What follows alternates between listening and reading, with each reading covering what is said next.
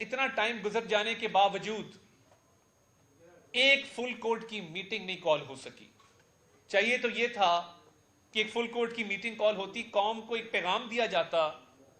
کہ پوری supreme court متحد ہے, کسی قسم کی تقسیم نہیں ہے, آپس میں ہم آہنگی ہے, اور قانونی اور آئینی معاملات کے اوپر اختلاف رائے نہیں پایا جاتا,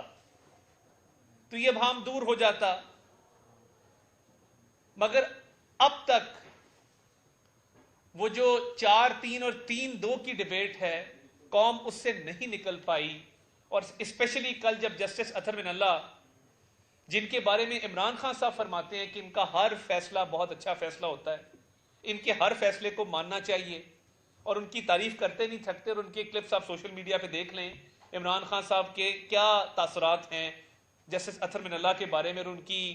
ایمانداری کی, ان کی فرض شناسی کی وہ گواہیاں دیتے رہے ہیں. تو وہ ایک ایسی پرسنالٹی ہیں جو اکراس دا بورڈ لوگ ان کی عزت تکریم کرتے ہیں.